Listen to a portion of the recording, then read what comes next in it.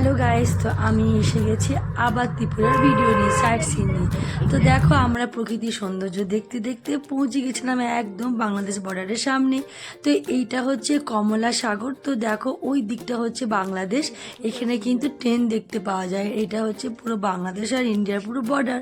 তো দেখো এই পুকুরটা এত সুন্দর দিঘি এইটা। আর এখানে কিন্তু একটা মন্দিরও আছে, যেটা কিন্তু নাম হচ্ছে তোমার মাতাবাড়ি। এখানে একটা ছোট্ট মা কালীর মন্দির, খুবই জাগ্রত।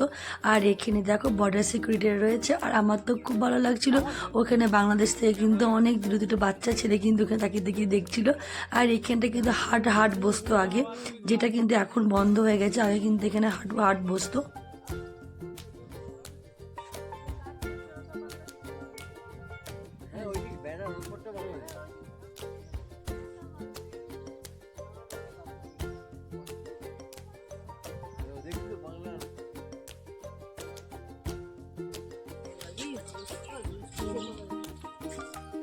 খুব সুন্দর জায়গা।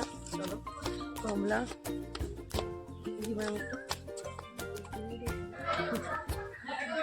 হচ্ছে সেই মায়ের মন্দির। দেখো কি সুন্দর মন্দিরের সামনের সাথে কথা করেছে। আর এইদিকে আশেপাশে সবাই ডাকছিল আসুন প্রসাদ নিয়ে যান, এখানে দেবেন পুজো। কিন্তু আমরা ঠাকুরকে প্রণাম করে আমরা ওখান থেকে বেটে আমার তো দিঘিটা দারুণ লাগছিল। তার সঙ্গে সঙ্গে এত সুন্দর হাওয়া দিচ্ছিল না, বন্ধুরা আসতে ইচ্ছা করছিল।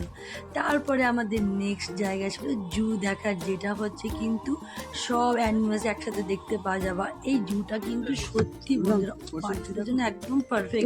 আর আমাদেরও খুব ভালো লেগেছিল এই জুটা দেখতে। কিন্তু এই যা আমার বাবা মা অতটা হাঁটতে পারেনি, তাই তারা বসে গেছিলো।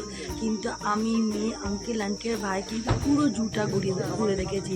আর জানো বন্ধুরা, এই জুতে সব থেকে বেস্ট কি, সেইটা হচ্ছে এখানে চশমা মাংকি দেখতে পাওয়া যায়, মানে বাঁদর, যেটা কিন্তু ইন্ডিয়াতে আর কোথাও দেখতে পাওয়া যায় না, একমাত্র কিন্তু ত্রিপুরাতে এই জুতে কিন্তু দেখতে পাওয়া যায়। আর এখানে মাংকিগুলো এত ডেসপারেট ছিল যে তুমি কোনো খাবার নিয়ে ঢুকতেই পারবে না, তোমার হাত থেকে টেনে পুরো তারা খেয়ে নেবে। আর দেখো এখানে সিংহ বাবাজি কিন্তু ঘুমিয়ে রেস্ট করছে। তো এই জুটা কিন্তু যথেষ্ট ছিল বড়, কিন্তু দেখার মতন ছিল। আর এখানে ভাল্লুকগুলো দেখো কেমন খেলা করছে। তো তোমরা একটি ভিডিওটা দেখতে থাকো আর এনজয় করো। অবশ্যই লাইক আর কমেন্ট করে জানাও আমাদের ভিডিওটা কেমন লাগলো। আর এই দেখো সেই চশমাদারি বাঁদর, দেখো কত সুন্দর তারা দেখতে, পুরোপুরি একদম সামনেটা পুরোপুরি চশমা মতন দেখতে, কি কিউট দেখতে না। এই দেখো। তো তারপরে আমাদের নেক্সট ডেস্টিনি ছিল ত্রিপুরা তোমার রাজবাড়ি। আর রাজবাড়িটা বন্ধুরা কি বলবো, অসাধারণ, মানে ভিডিও তুলে তুলে শেষ হচ্ছে না, এতটা সুন্দর।